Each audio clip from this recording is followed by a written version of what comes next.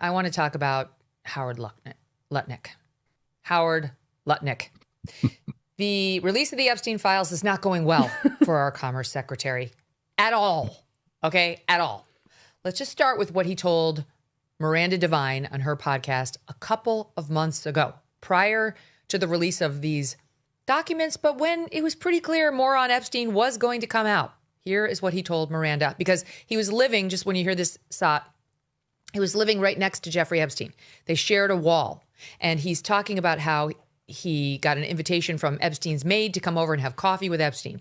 So Lutnick and his wife went over to have coffee with Epstein, who then is giving them a tour of his mansion, which shares a wall with Lutnick, and they walk into the dining room here. Yeah. And he opens the doors, and there's a massage table in the middle of the room. Ooh. And candles all around and stuff. So I ask very insightful, cutting questions. I say to him, massage table in the middle of your house? How often you have a massage? And he says, every day. And then he gets weirdly close to me. Ooh. And he says, and the right kind of massage. Ooh. Now my wife is standing here. So she looks at me and I look at her and we say, I'm sorry, we have to go.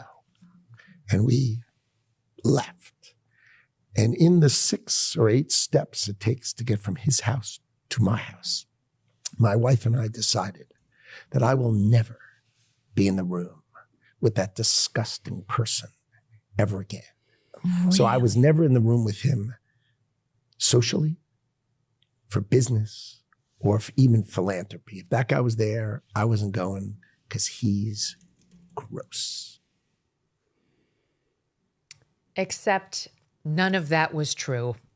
None of the things about never seeing him again or walking. I don't know what he may have or not have said when he walked out of Epstein's house, but he definitely saw Jeffrey Epstein again multiple times, engaged in business dealings with him, and even went to his private island, Little St. James in the Caribbean, because he testified to it under oath a week ago on February 10th at a Senate hearing when he had to answer some tough questions about his relationship. Here's that soundbite 6.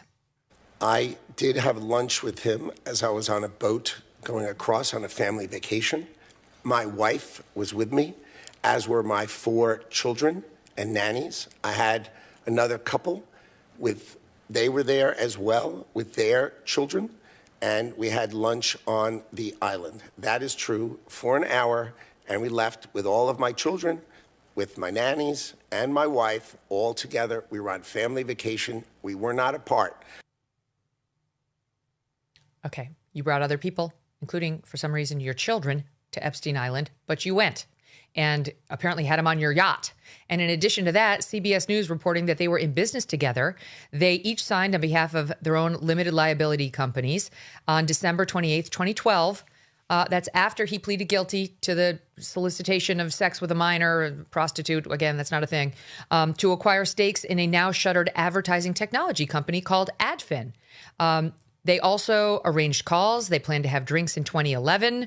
And then after that, then December of 2012 was when they went to the island and had follow-up texts, nice seeing you, via the assistants. So for some reason, he thought, I guess this wasn't going to come out. And again, this is just fucking stupid, because it was a self-aggrandizing tale, he told Miranda Devine, who I'm sure is pissed that he lied to her face, thinking this wasn't going to come out and that he could make himself look super virtuous by smelling the disgusting Jeffrey Epstein in one whiff, Emily, while walking into his dining room back in, it was 2005 or 2004, or someplace early in the aughts.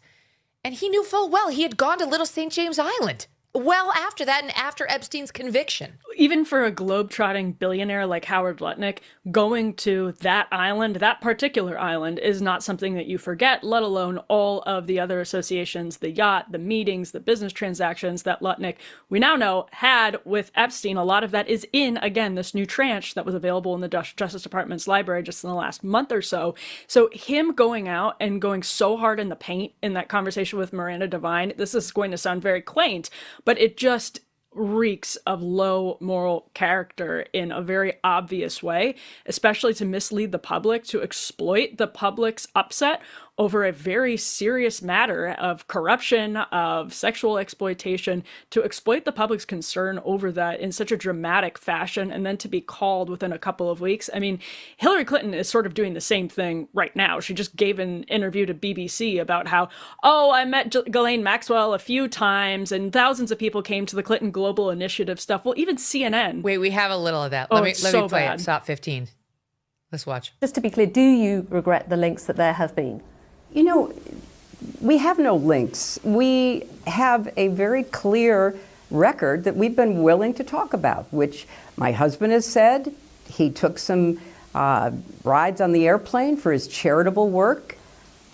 I don't recall ever meeting him. Did you ever meet Ghislaine Maxwell? I did on a few occasions, and thousands of people go to the Clinton Global Initiative. So it to me is not something that is really at the heart of what this matter is about.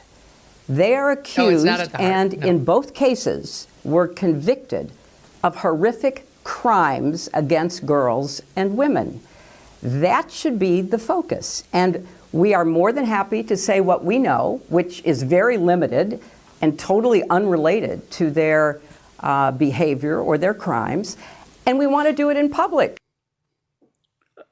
Just for the record, she and her husband had an entire war room set up to destroy the young women who were accusing her husband of disgusting sex acts with underage girls in at least some cases, but mostly overage.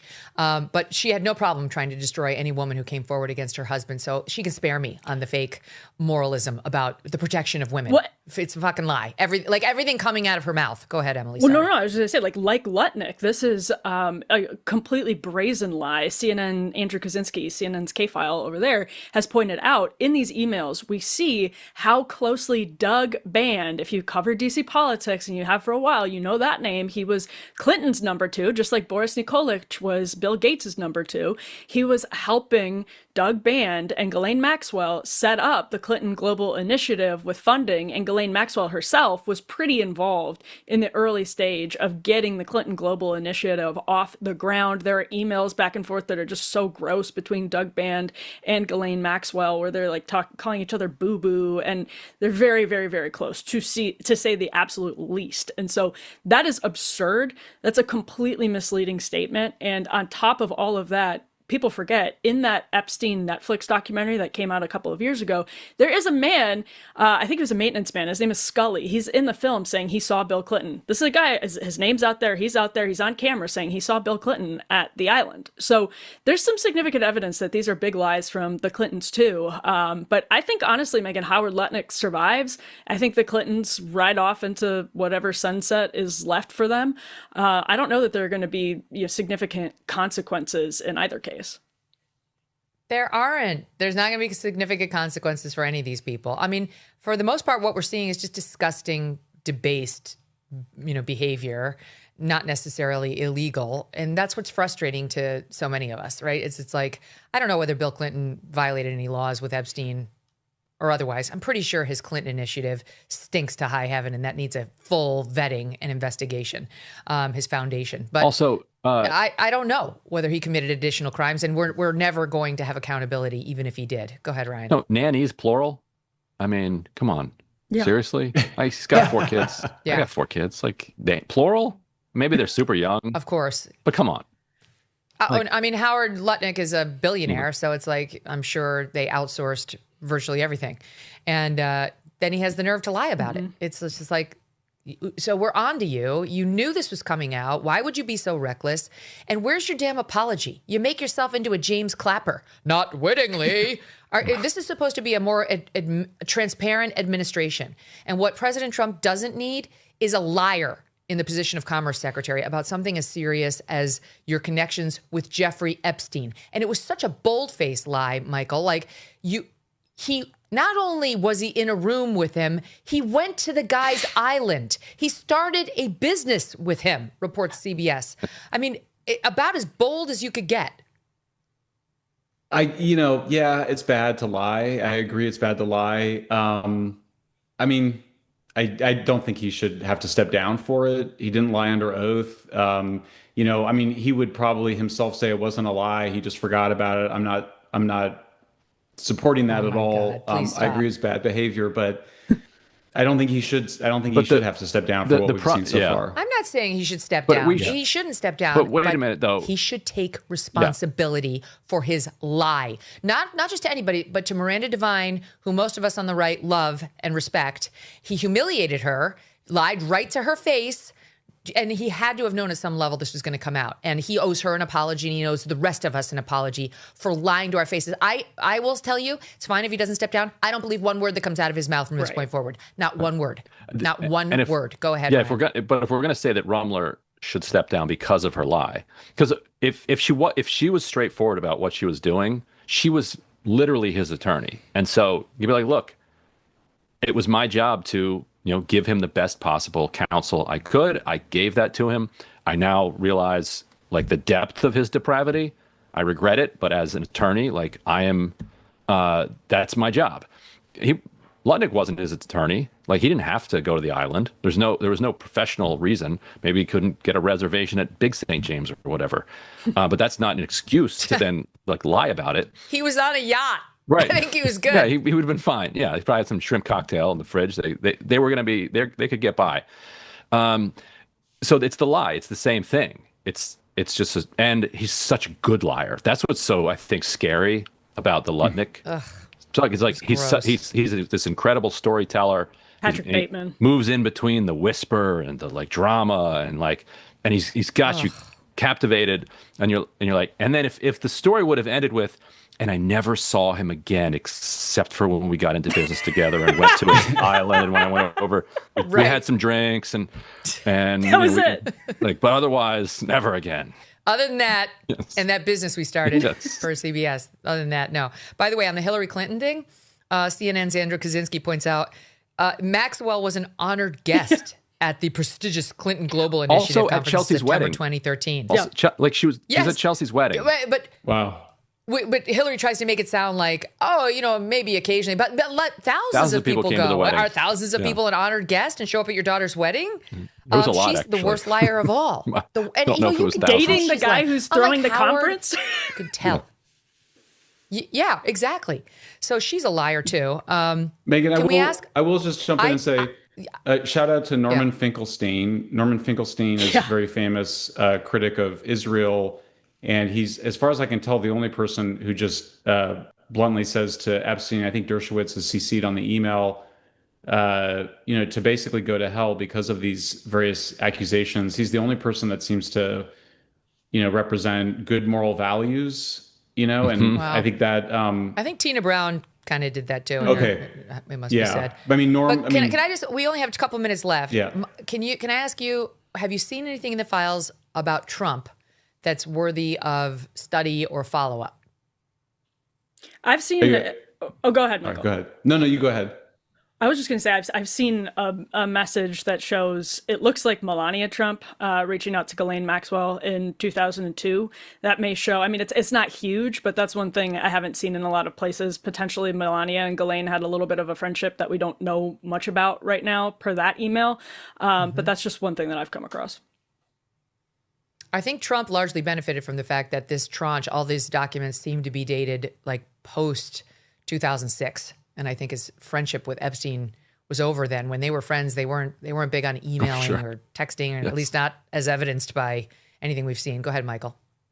Oh no, I was just going to say, following up on the Finkelstein thing, is just we saw, this brought down a major titan of the left in Noam Chomsky. They basically, said that, or his wife said that he was one of their best friends. So I just think, it's an indictment of this culture of the elites. International disputes, inflation, rising national debt, digital currency. There is a never-ending list of reasons gold has risen over 700% in the last 20 years. And a never-ending list of reasons smart Americans diversify a portion of their savings into precious metals with Birch Gold Group. Gold can thrive during uncertainty, which is why it is a crucial part of a balanced strategy. It gives you peace of mind given all the events that could impact the U.S. economy. See if holding gold in a tax-sheltered retirement account is right for you. Birch Gold can help you convert an existing IRA or 401k into an IRA in gold. Just text MK to the number 989898 to receive your free info kit on gold. There's no obligation, just useful information. With an A+ rating from the Better Business Bureau and tens of thousands of happy customers, consider letting Birch Gold help you diversify with gold, so you too can have peace of mind regardless of the uncertainty. Text MK to the number 989898. Thanks so much for watching. If you like what you just saw, hit the subscribe button for more clips and full episodes.